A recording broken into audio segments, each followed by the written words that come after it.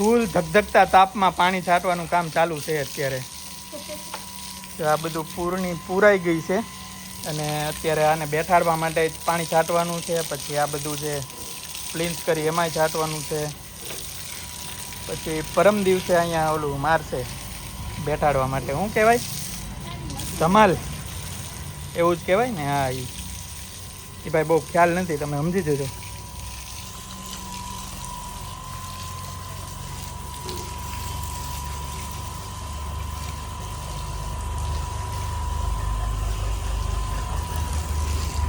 પછી આપણું કામ ચાલુ થશે મકાનનું. ભાઈ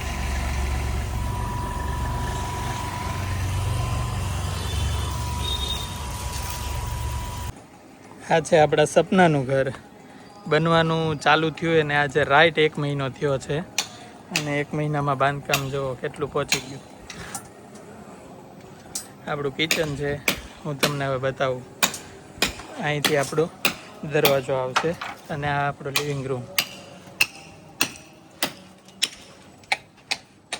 પછી આપણું કિચન, આ કિચનની બારી છે અને અહીંયાથી લઈને સામે સુધી કિચન જ રહેશે. ઓપન કિચન રહેશે. આટલું પાર્ટીશન આવશે.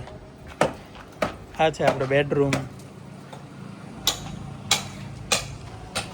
બેડરૂમમાં એટેચ વોશરૂમ.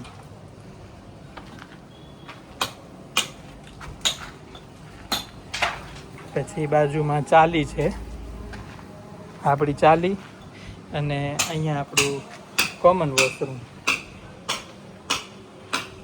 આખું કોમન વોશરૂમ અને પાછળ વોશિંગ એરિયા. આખો વોશિંગ એરિયા રહેશે. અહીંયા આટલી સ્પેસ વધશે. તો આટલું બધું કામ આપણું પહોંચી ગયું છે 1 જ મહિનામાં. ઘણું સ્પીડમાં અને ઘણું સરસ કામ છે. અને અત્યારે ખરા તડકે પણ આ ભાઈ કામ કરે છે 42 ડિગ્રી તાપમાનમાં.